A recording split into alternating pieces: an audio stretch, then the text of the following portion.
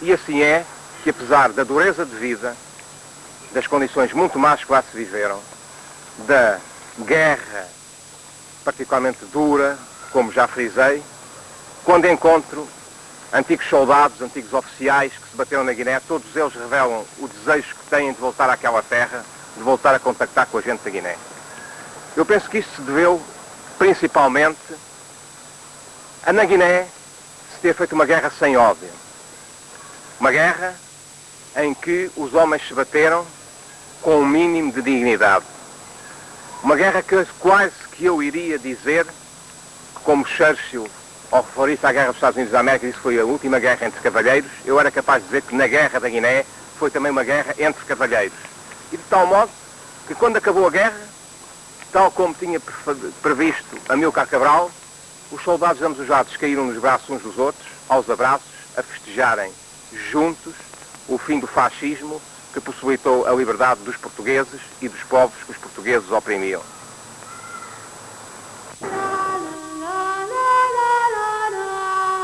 Em Cabo Verde, a escassez de chuvas tem causado fome crónica e um grande surto de imigração, e é por isso que nos Estados Unidos vivem hoje mais cabo-verdianos e seus descendentes do que no arquipélago. Faz-se atualmente um enorme esforço de alteração nas relações de produção e nos projetos de desenvolvimento do setor agrícola, pois 75% da população vive da agricultura. A atuação do Governo incide na formação de quadros, reforma agrária, formação de cooperativas, melhoria da produtividade, valorização dos recursos hídricos e no desenvolvimento da pecuária. Está em curso uma campanha de plantação de 300 mil árvores por ano e foram já construídos milhares de diques para a retenção das águas da chuva.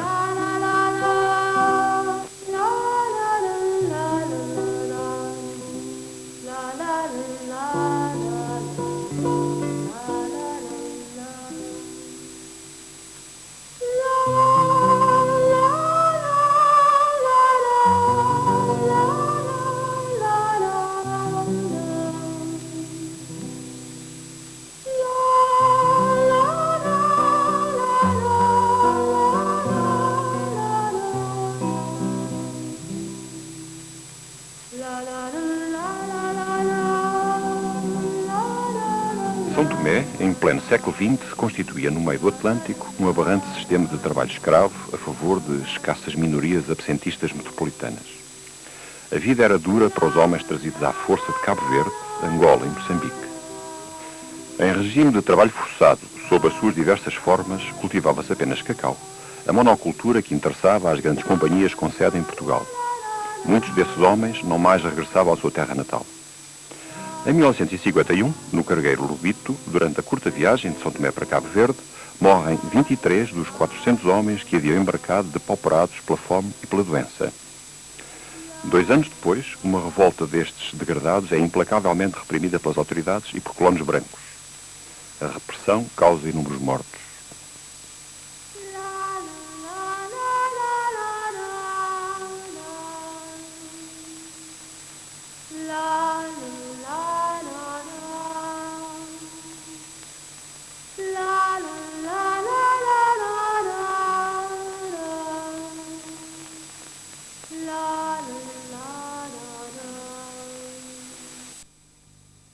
No nosso país, um pronunciamento militar que assumiu rapidamente características de golpe de Estado, até pelos generais envolvidos nessa mesma ação, e que se transforma também rapidamente numa revolução de características populares.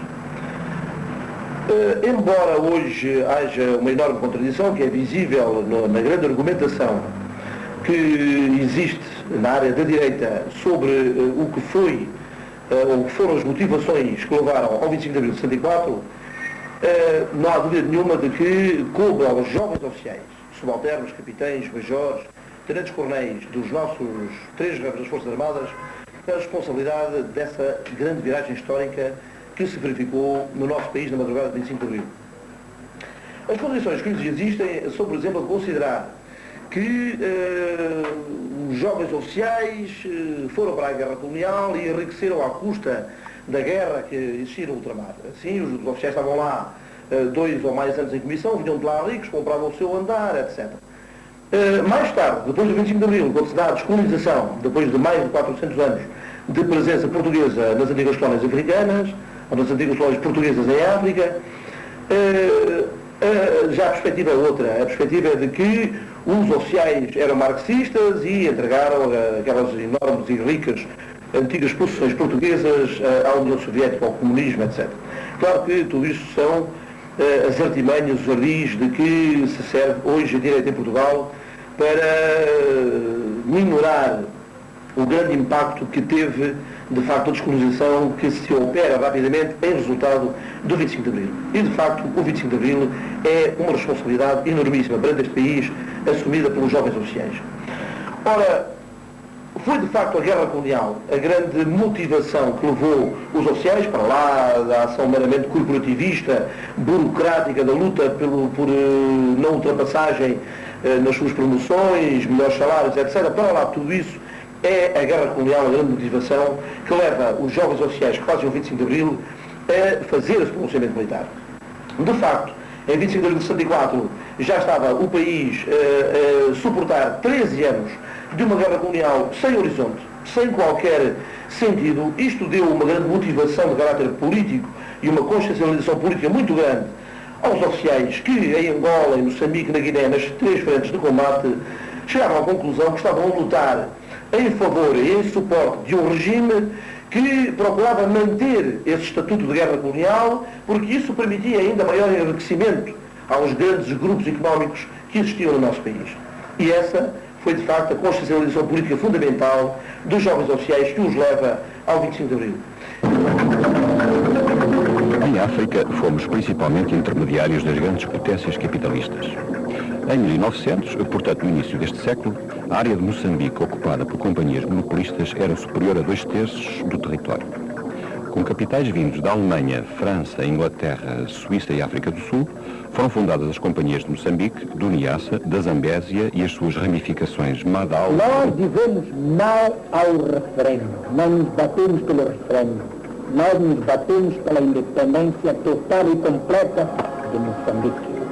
Não ao referendo, com letras grandes, não ao referendo.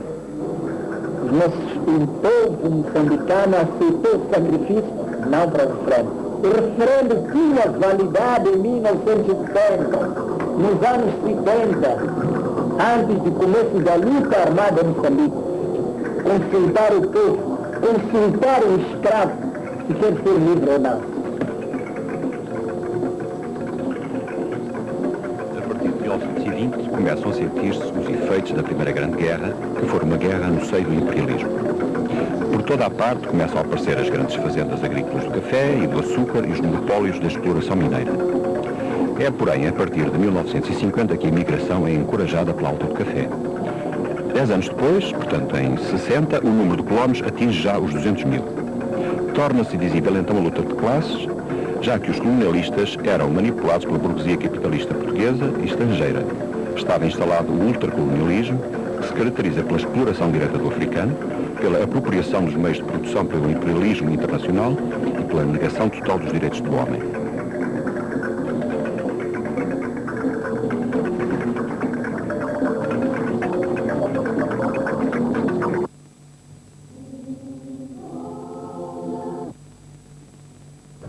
Para uma situação de facto que representa simplesmente uma luta entre classes exploradoras e classes exploradas. Há povos que foram explorados. Por exemplo, durante os 500 anos de colonialismo português, o que foi que aconteceu?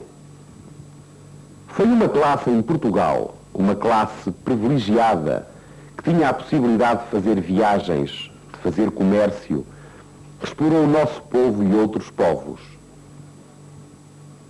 Podemos esperar que essas classes, que ainda hoje existem, vão de uma maneira altruísta modificar a sua posição para oferecer aquilo que roubaram aos outros povos?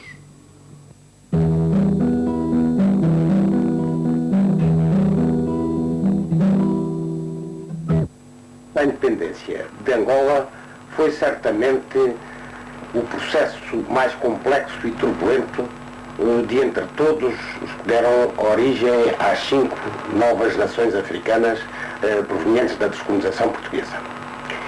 Isso porque em Angola existia um número de colonos bastante portugueses bastante superior ao das outras colónias, e principalmente porque na previsão de uma descolonização o imperialismo tinha já conseguido introduzir em Angola fatores de divisionismo que tiveram como consequência de que quando o processo de independência se iniciou,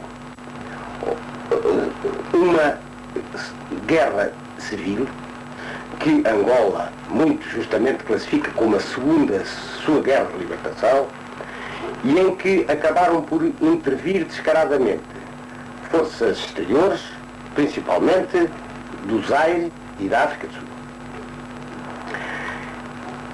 Essa segunda guerra da libertação teve como consequência dramática e traumática um tremendo êxodo em que cerca de 300 mil portugueses saíram de Angola,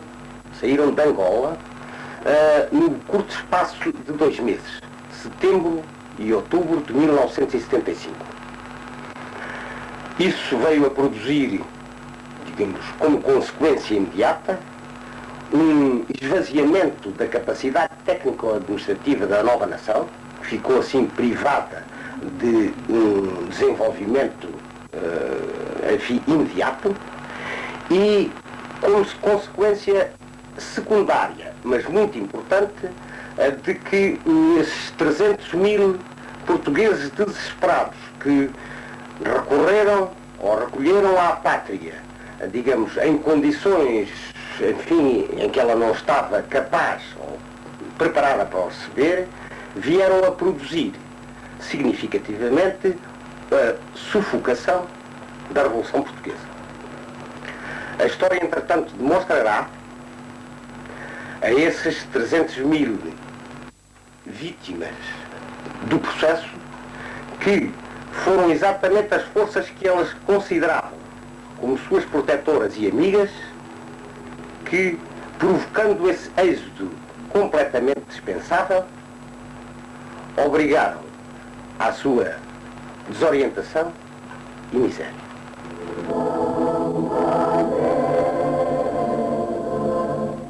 Nosso Antônio Sérgio interpretou muito bem ao declarar, e declarou que com a perda do Brasil a questão agora era mais séria. Ou voltava o Brasil a ser colónia, ou então tínhamos de modificar estruturalmente a sociedade e o Estado português.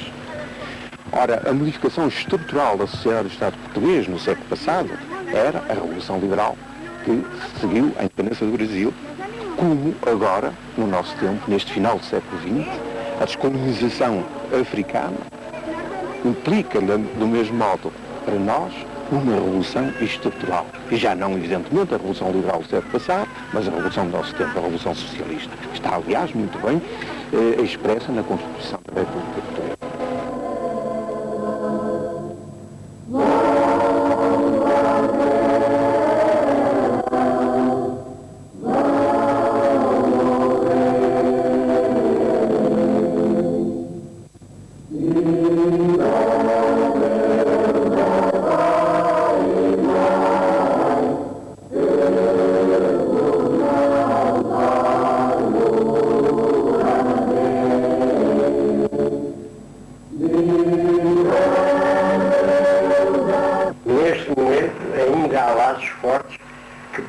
Ser ainda mais fortalecidos, porque não esquecer que através da arte, através da língua, através até de certos costumes, a presença de Portugal transformou de tal maneira a alma que amalgamou dentro daquilo que nós chamamos, podemos chamar como obra culminante da nossa presença nos 4 séculos e meio, a alma goesa, que a torna absolutamente diferenciada de todo o resto do território da Grande Índia.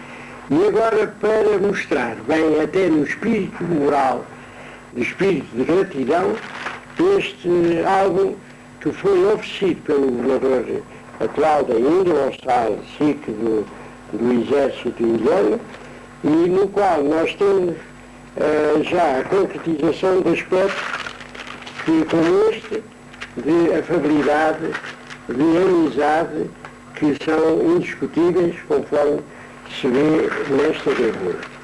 Temos a seguir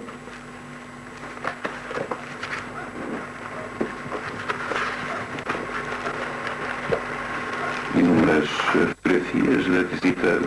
Várias fotografias, em vários casos, em junho, a apresentação dos cumprimentos entre o Vassal e Silva e o ministro-chefe, que conhecemos, a família Ramos Sanquilin, goianos 100%, que chefiam no governo, constituído por gente nova, toda goesa, empenhada em dar a Goa toda a felicidade que ela tem direito. Temos aqui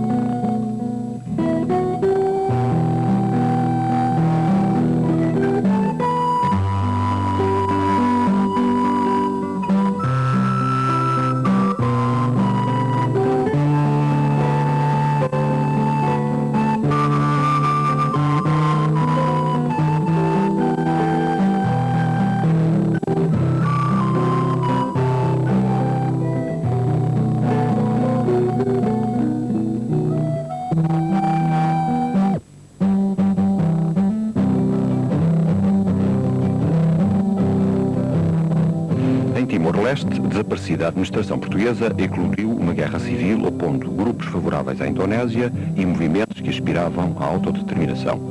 Vencedora a Fretilin, a independência é declarada em 28 de novembro de 1975.